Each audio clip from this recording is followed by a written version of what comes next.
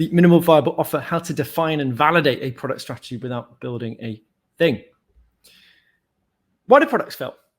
10 years ago, I founded my first startup, Backtracker, a travel app for backpackers to plot their journey and share their journey with friends and family, all while still at university with zero business experience. We even went through an accelerator program with some amazing mentors and raised investment, but we made every single mistake possible. And 2 years later, that startup failed. And since that moment, 8 years ago, I've really been driven by a burning question. Why do products fail? Why do some products fail? And why do others succeed? And perhaps putting the question back to you, do you know why products fail? Because if you work on any kind of product in any kind of product role, you really should. Well, why? Firstly, pretty obvious. Clearly, we don't want our products to fail. We want a product to create value for our customers and to be able to capture some of that value as profit for our business to fuel growth and keep it going. But also, if you manage products in some way, your core function is really to mitigate risk. And specifically, we're looking at 3 types of risk there. So the first one, value risk. Will people actually want this thing? Secondly, viability risk. Can we actually build it? And thirdly, usability risk. Can people actually use it and get to the value of it? So coming back to that question, why do products fail? Well, the main reason, which we're going to come into shortly, or the main sort of the root cause, let's say, really stems from product people, product managers specifically, getting these risks the wrong way round. So we tend to focus our limited resources on addressing viability risks, i.e., how do we build it? And to a lesser extent, usability risk. Can they actually use it? And most teams tend to just skip over that really inconvenient one, value risk, right, with huge negative consequences. And what tends to happen is that we spend on our time on things like, low-level prioritization, worrying about whether we build feature A or feature B when both are a waste of time. Meetings on technical challenges on, again, features that are a waste of time.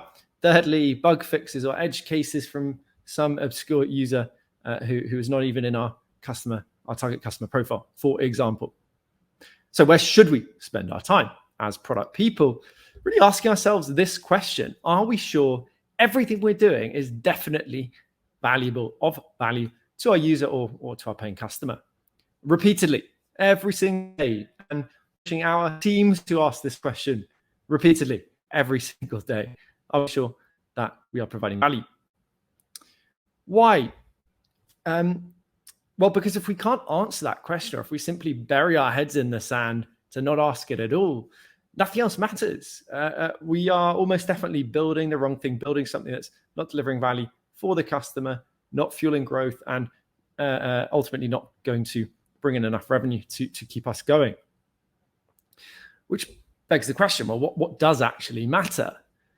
And let's look at the evidence here. So here's a study conducted by CB Insights on startup failure rates specifically. We see the top 9 reasons here: no market need, run out of cash, not the right team, getting outcompeted, pricing or costing issues, user unfriendly product without a business model, poor marketing, ignoring customers. These are the top 9. And we had every single one with my first company, by the way. Now, there's some bias. These are retrospective, i.e. these are after the event founders reflecting, perhaps inaccurately for whatever reason, on the problems, but it's the best source we've got, and it gives us a good indication of product and startup failure rate. And the really interesting thing is, if we look at the top 20 reasons for startup failure, according to CB Insights, this report again of 101 startup failure post-mortems, 6 out of 9 of those are related to lack of differentiation, i.e. a product offer that is not unique enough to get people's attention, or not good enough to get them to actually switch from an existing alternative to start using our product, or actually getting them to pay for it, putting money down on the table. I.e. people just don't give a damn about most products. They don't even notice it, despite all the hard work, blood, sweat, and tears that you may have put into it. Now, this point is relevant for all products, not just for startups. Startups are just usually single product companies. So we can usually pin down the root causes a little bit more clearly. Now, let's look at those 6 reasons in a little bit more detail. So first, we have no market need. Well, Again, this is related to lack of differentiation because it's about not solving an acute problem or building a solution that already exists. 2, running out of cash. A differentiated offer should hit revenue or product market fit early and should bring in cash. 3rd cause, getting out competed. Someone doing the same thing but better. It's trying to solve the problem in a better way. Differentiation. 4, pricing. An undifferentiated offer will always be in a price war. Think of a supermarket. You look at a shelf of whatever, olive oils or tins of sweet corn. They're all sort of the same price because they're in a price war because they're not mostly differentiated. 5, poor marketing. Really, that's a message which doesn't intrigue or capture the attention of our audience. And number 6, ignoring customers. So not picking up unique insights from our customers, those unique insights that actually drive how we might differentiate our product by having a depth of understanding of who that customer really is or who that target customer really is. So number 6, ignoring customers. And as PayPal founder Peter Thiel succinctly notes, quote, all failed companies are the same. They fail to escape competition. They fail to offer something different enough to grab somebody's attention and valuable enough for them to actually bother using it and ultimately putting money down to pay for it. Therefore, as product people, we must be obsessed with answering that question. Are we sure we're providing not just value, but unique value?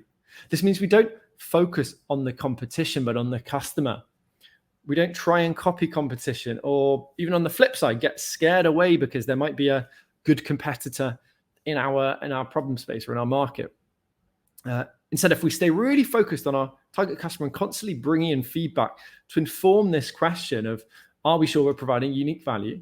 Then we will inevitably deliver more unique value than our competitors. We're going to be more differentiated than our competitors, and we are going to avoid these traps that most products and most startups fall into. It just requires us to focus on the target customer. 1, 2, what they ultimately want, what that value is, and 3, how we might actually deliver value for them. But I get it. You might be thinking, okay, well, all very interesting, but is this just another vague, overly theoretical product talk? How do we actually build a differentiated product in practice in the messy real world of products and probably the companies that you're working in? Now, the common narrative in the product world would be, well, let's build and validate an MVP. Yet the MVP, that minimal viable product, falls into many traps itself. It's rarely minimal, it usually drags out for months or even years at times. 2, it's usually not a viable product. So usually it's not good enough to actually provide value, to capture the customer's attention, the user's attention. And usually it doesn't actually, this is the biggest downfall that's not talked about, it doesn't actually tell us about whether our overarching vision and product strategy, like who the customer is, whether they have a real problem, and whether they actually want the thing, the big promise that we're promising, that we are promising them. So it doesn't deliver on these core high-level product things, vision and product strategy, and becomes so twisted and misunderstood in most companies that there's actually a growing call for this model to change, not just from us at Product MBA, the way we teach product, but from far more successful, well-respected tech investors and founders in Silicon Valley as well. Why? Yeah, there are issues with MVP. It's easy to criticize something, hard to come up with a better solution. We'll come on to that shortly. But why do we need to start really obsessing with value risk? Because of the ever more competitive nature of the internet. When books like The Lean Startup came out in 2008, promulgating the concept of the MVP, the world was a very different place. And since then, we've seen a 10x increase in the number of websites on the internet, and that means far more products, which in turn means more intense competition as more and more niche frustrations become served. And that's why we must obsess with mitigating value risk by coming up with a differentiated, high-value offer. We must obsess with delivering a clear, data-driven answer to that question. Are we offering something that our target customer actually wants? And the biggest mistake new businesses and even existing product teams fail to make is failing to build something that delivers enough value to a target customer that they're willing to use and ultimately pay for that product.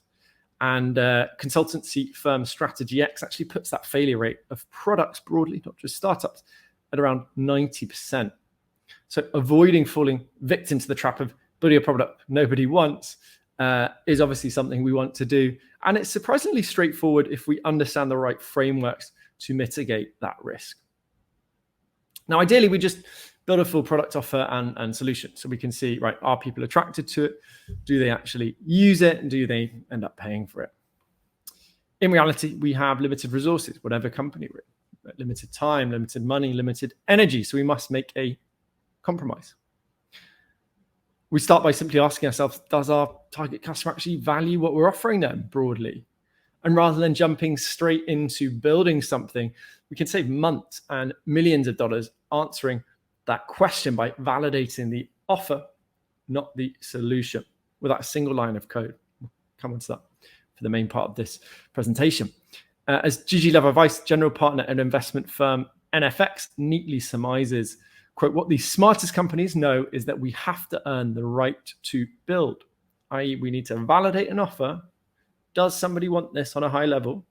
And only once we've done so, do we even worry about what the solution might be? And that's where the MVO comes in, the minimal viable offer. Just pause for a second and think, what could you offer your target customer that would give them massive value? Just pause, maybe write it down on a piece of paper, think it through for a few seconds. And how about you package that in a single sentence? How about you just state that to them and see whether they're interested? Now, whatever that is, whatever that offer is, that's your minimal viable offer, a simple single sentence outlining what desired outcome we offer and how broadly we're going to deliver that outcome. A sentence that when validated shows that we've achieved offer market fit, i.e. we have an offer that resonates with a specific market. We tick that box and then we can go into looking at feasibility risk and usability risk with a concrete solution. An example MVO for us at Product MBA, we fast track product managers, the target customer, to head of product, that desired outcome, that career growth, with a hands-on effective learning, the opportunity, the way we deliver broadly. Or we could even shorten it just to this simple promise. Like we fast track product managers to head of product. Because it doesn't even matter what the vehicle is, the specific solution is. In most cases, you just need to get that desired outcome right. What do they really want on a deep level? The outcome you're promising them, career progress, rapid promotion in some way, or maybe for a personal wealth product, financial freedom might be ultimately what they desire. Now, at MVO, that single statement promising something our target customer wants also conveniently helps us define and validate our product strategy.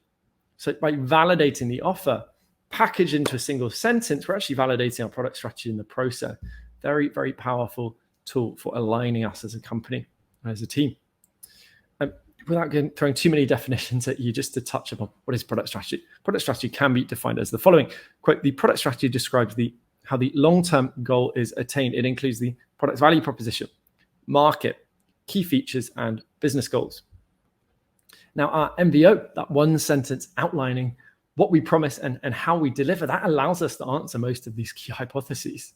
The value proposition. So what are we offering them? What's that value? For example, rapid promotion. 2, market.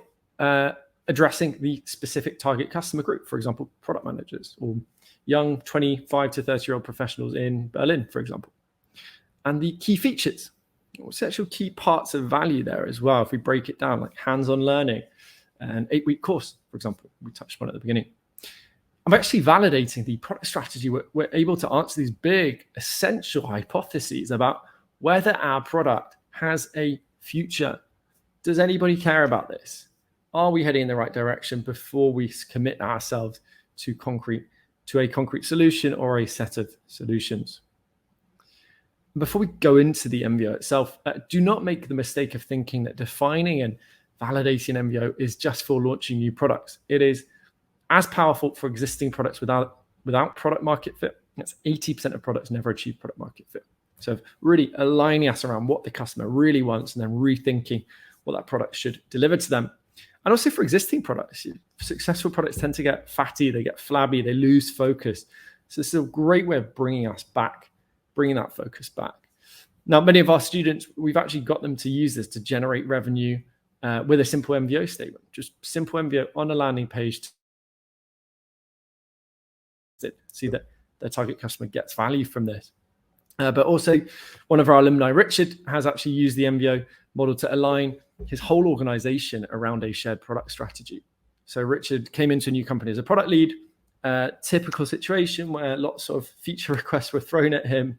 He put the pause button on to find 9 MBOs in a workshop with his teams and stakeholders, and then simply validated them by sending out a simple survey with those 9 MBOs to a few thousand of their customers. And since then, they've completely reshaped the everything that product does and focused it down to just 2 areas of value.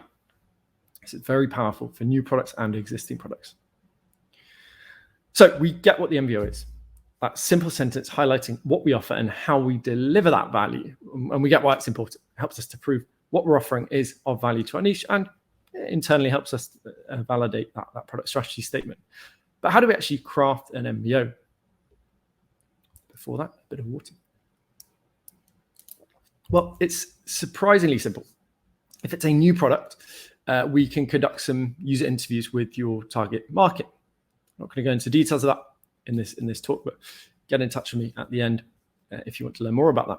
We want to conduct interviews to generate insights, or if you've already done user interviews with an existing product, for example, just group those notes. You could do it with Post-it notes. You could do it in an Excel sheet, for example. Just group those notes, a couple of quotes that are coming up around common themes in that left-hand column. And then on the right, just one sentence summarizing what was in there. So if we got lots of comments around like books being for product managers, books being too theoretical, or courses being too theoretical, this is our research we did 2 years ago, for example, we might say, well, what's the common frustration? Courses and books are too theoretical, for example. Next, what do? We simply flip those frustrations into opportunities. So we had that frustration of too theoretical. That's the value, right? We didn't care about the books or courses. It's the thing they want hands-on and practical learning. So we flip learning is too theoretical into hands-on and practical. That's where we see an opportunity. Or if an app is too slow, for example, or a process too slow, we might flip that to the opportunity of lightning fast. Now, when you have a list of maybe 5 or 10 opportunities, just ask yourself, which 1 or 2 would deliver the most value for your niche, and what lies behind those opportunities? What desired outcome does your target customer really want here? So we might look at our opportunities and go, well, there's a theme here around, we're looking at hands-on practical learning, effective mentorship. There's a theme around career growth, for example. And better, so we might write, well, we could fast track product managers or help give them career growth, but we might lift it up a level, make it really concrete and say, well, the outcome we're pushing towards is fast tracking them to head of product, because that represents the ultimate career growth, for example. And then we go back to our opportunities, those 1 or 2 that we thought were really, really exciting. And in our case, for example, that might be hands-on practical learning and effective mentorship from the conversations we had. So we might then include that in our MBO. Right? We fast track at the bottom. We fast track product managers to head of product with hands-on effective learning. That's the sort of specific value and the way that we want to deliver our value.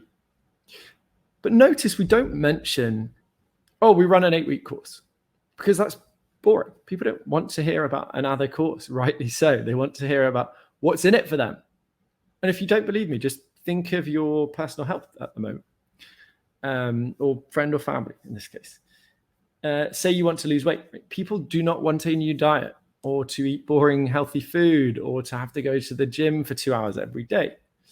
Ideally, they would just have the perfect body, or a body they're happy with, instantaneously, with no effort, no money spent, no need to go and sign up and go to the gym every day.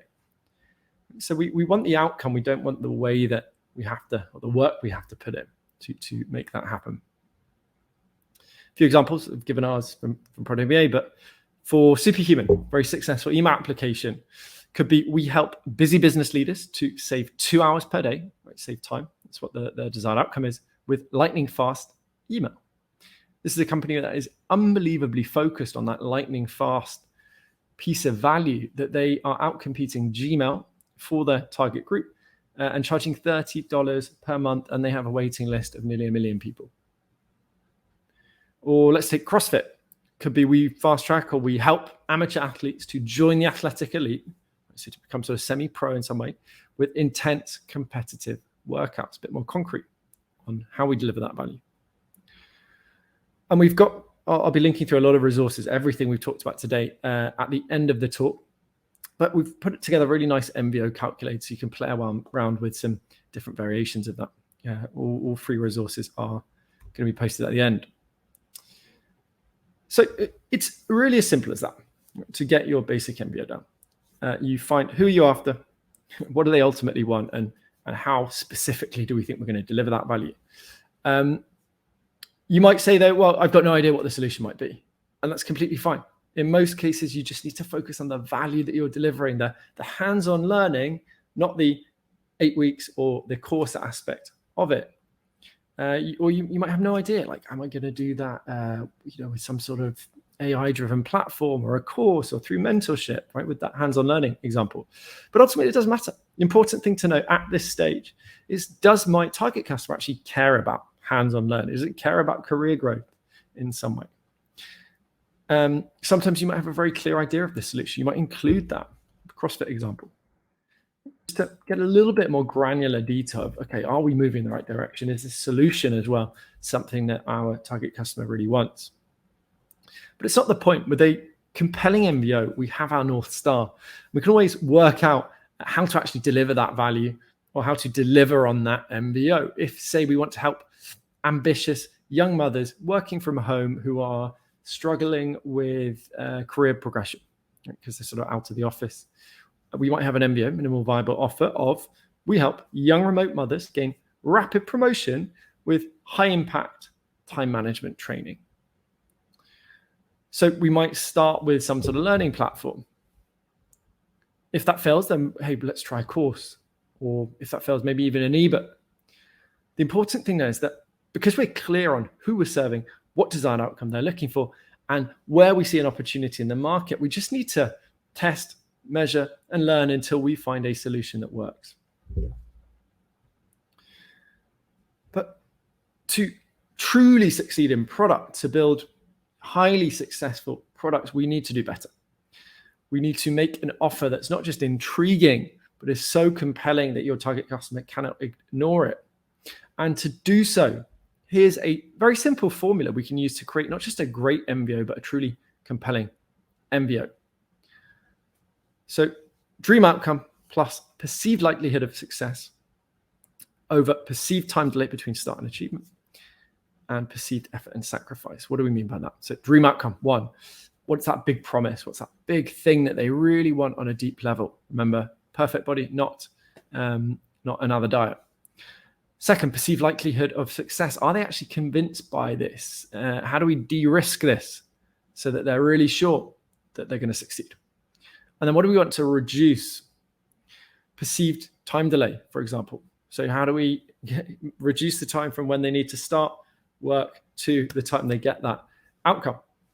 And finally, perceived effort and sacrifice. We want to reduce that effort and sacrifice as much as possible.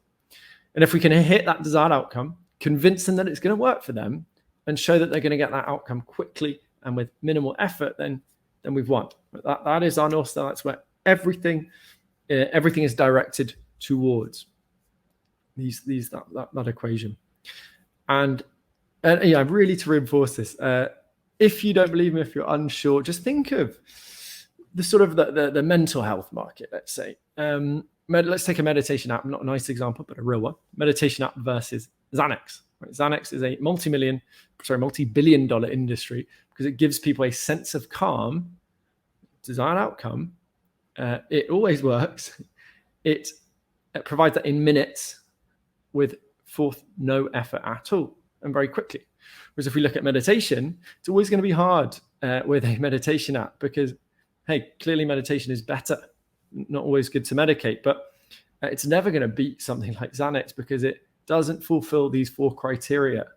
Right? It's lots of effort. It takes months or even years to achieve, and it's got a reverse time curve. So, you need to really build up to 30 minutes per day to have some of the more profound impact effects of meditation, that calm that you're looking for example. Let's look at a real world example. So imagine we run a gym and we know that our clients, right, want to lose weight, but we could be really concrete and say, right, want to lose 10 kilos specifically. 2, we might increase the perceived likelihood of success with lots of testimonials from successful clients, right, real ones, obviously, and also guarantees. So how can we say, right, unless you hit this, we refund you, for example? And what about the factors pulling people away from this? Time delay. So we could do that, promise that in 2 weeks, really intense. So it's super fast. Or 4, effort. We want to take the effort out with effortless diet planning and effortless workouts. Just 30 minutes per day. That's all we need from you. It's all the effort we need. Now imagine we pitch this to those interested in joining our gym, maybe a Facebook ad or the headline on our website. This is pretty compelling. We build up to it, obviously, with the stats. We've helped 1,000 X amount of people to lose 10 kilos within 2 weeks. But what about adding more opportunities? So in 2 weeks, with no effort and with just 30 minutes per day, rather than the 2-3 hours you might currently spend on meal prep, shopping, workouts, etc. What about if you don't even pay unless you get the results, so you know it works, or at least there's no risk if you fail? Even more compelling, right? Particularly in comparison to this, which is what most gyms will pitch to you. It's like, hey, give me $100 per month and join my gym, and that's sort of that, right? Yeah, not that convinced. So we can make it far more compelling by compounding, stacking these opportunities. Returning to our superhuman example, right, a very real world one, very concise MVO here. On their website, they may have changed this by now, a few weeks ago, the big promise is just simply lightning fast email. So they broaden the market a bit. And in many cases, like this one with superhuman, it might seem we're just stating one opportunity, that lightning fast email. But that opportunity might hit upon all these 4 factors. We've got quick results, little effort, evidence it works with testimonials, and that desired outcome, in this case, saving a lot of time, 2 hours per day. And that's the goal. If we hit all of these elements in our equation in as few words as possible, that's how we come up with a truly compelling offer that trickles down into a truly compelling product. And validating a compelling MVO, compelling minimal viable offer, by testing things like just some variations, putting up Facebook ads, or surveying existing customers with a list of 5 to 10 variants. That will mean the difference between either being in the 90% who failed to differentiate, who failed to escape the competition, or joining that rare group of 10% who actually succeed over the long term. And just to leave you with a final thought, don't make the mistake that this is marketing or product marketing and not your problem. If you're a product manager, if you're a founder, whatever your role is, great products stem from a clear vision and a clear, compelling product strategy. And a strong MVO gives us the confidence from validating that product strategy, from validating that vision as well, gives us the confidence to push our vision for that product. And it really lights the way to success for any product and any product team or teams in an organization. Therefore, if you want to have impact, if you really want to step up as a product leader and build products that matter, that deliver value for your customers and also for your business, you have to do this work to de-risk, to take out that value risk before you think of anything else. Again, whether that's a new product or an existing product. So thank you very much for listening to the presentation. And I'll be taking some questions we'll be covering some questions, in a second. If you want to learn more, just follow me on LinkedIn. I post every single day, Monday to Friday, in short, very bite-sized posts. So just search Henry Latham on LinkedIn or go to linkedin.com/Henry Latham. And finally, I will make sure you get a lot of free resources. We're going to be posting that below or to the side of this talk, so you can actually go and put this into practice. Remember, theory without practice is a waste of your time. It's a waste of my time, a waste of everyone's time. So after this call, or putting it on your to-do list tomorrow, for example, get started on that first draft of your product minimal viable offer. Or if you want to message me on LinkedIn, for example, with any questions or your first iteration, a couple of ideas, feel free to do so. I will make sure I get back to every single person there. Thank you again for listening. And below, we're going to have a link to that MVO calculator, so you can play around with some variations. Secondly, a step-by-step guide for validating your MBO.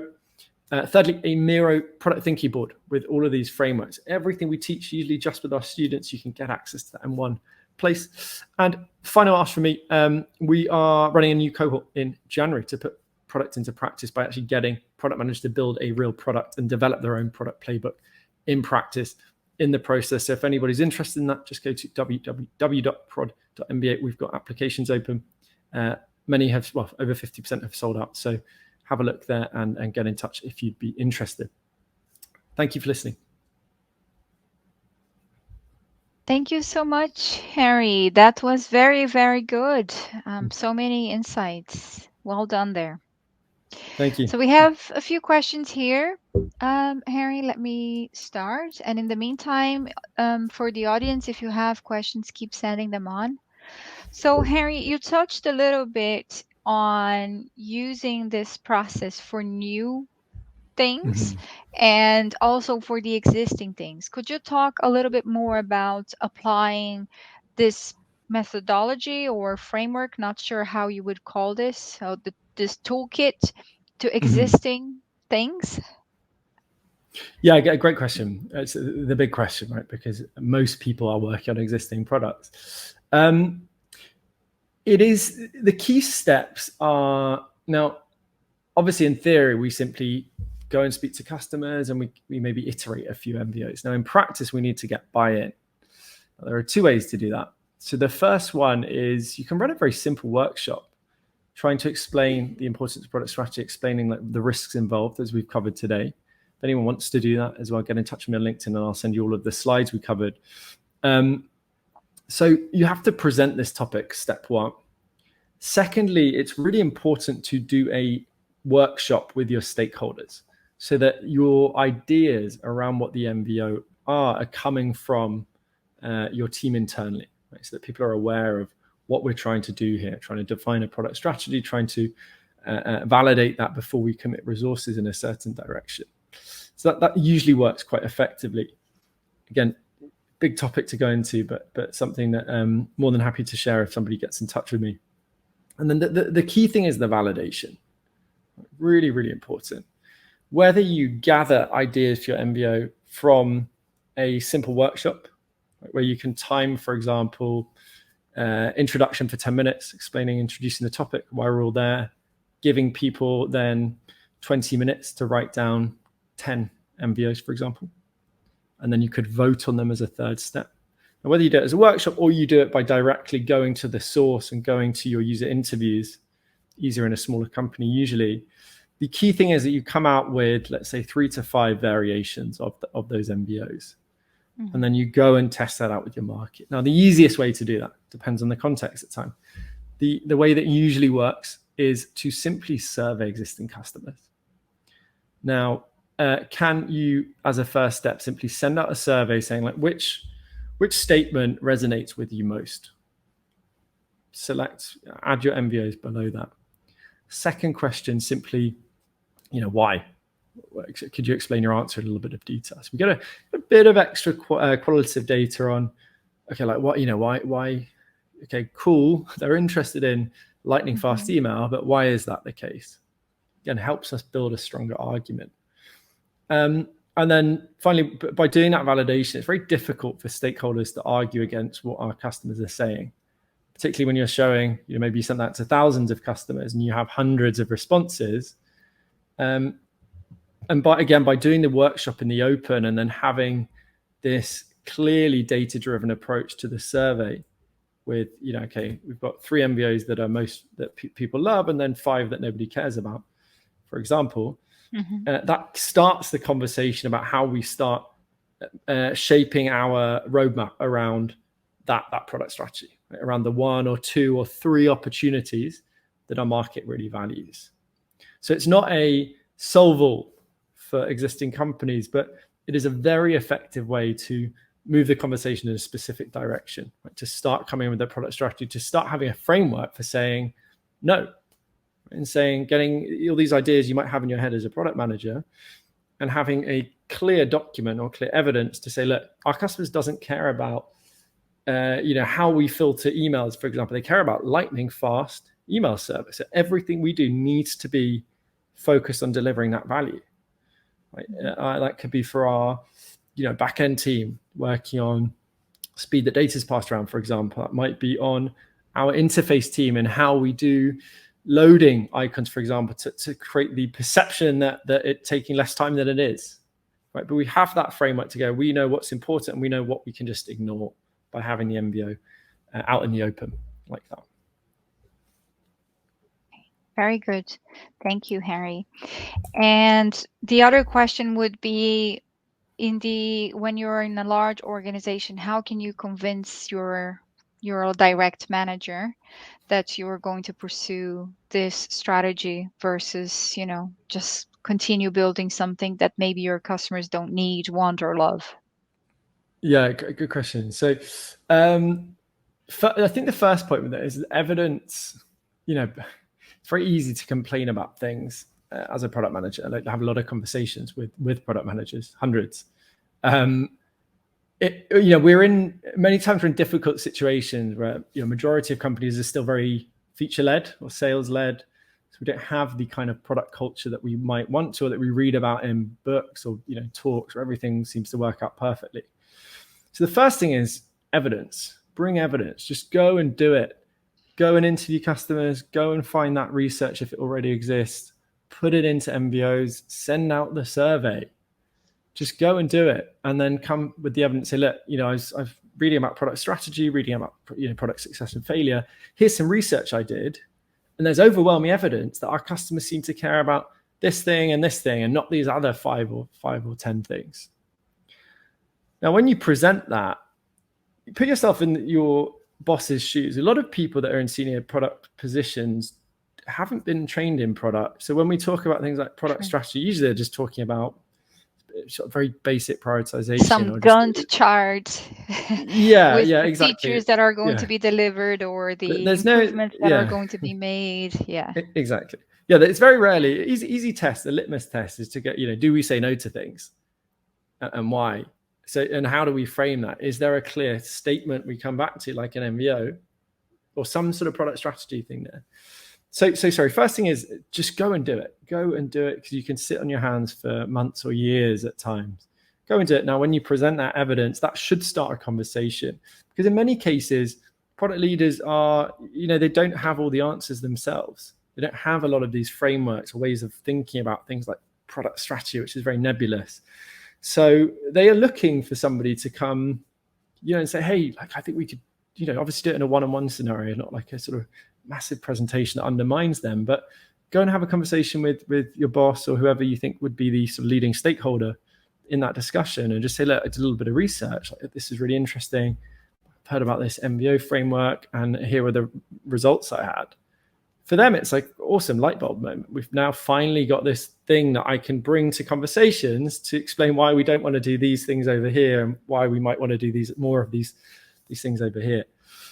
So evidence talks, and coming with solutions rather than problems works. Second thing, sometimes you might be working in an organization where you get stonewalled. You come with all the evidence you want. You might have gone and generated revenue. You could have got a no-code prototype to even build out the solution and go that far. You may get stonewalled, or someone might undermine you because you are a perceived threat to them.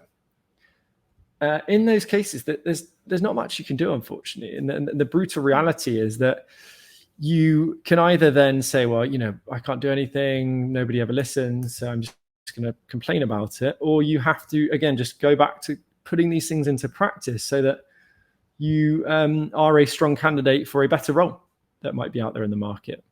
And that you've actually got, you can say, well, look, I don't have amazing revenue stats or key results to point to on my CV because this is a reality company, but hey, I did all of these other things. I know how to talk about vision and product strategy. And here's some of the experiments I ran. And that creates, so firstly, great for you as a candidate, you get better as a product person. And secondly, as I said, ideally that might translate into action, a better product. If not, it doesn't matter. You put the work in, you've tried your hardest, you've fulfilled your moral obligation to your users and your customers and to your team. but you may just say, well, at some point, this isn't the right environment for me as well. Very good. Very insightful. I love when you say that we can either, keep on complaining about how things are, or we can plan to respond to the things that we cannot control. So that's very good. Yeah. Yeah, Let me absolutely. just, And this is sorry, go ahead. yeah, Go ahead. no, go ahead. You go ahead. Yeah, no, this is, the reason we get students to build a real product is not so that they can launch new products, but the psychological difficulties that come with the uncertainty of like, how do you select an idea? How do you select a market? What happens Yes. when your initial hypothesis fails?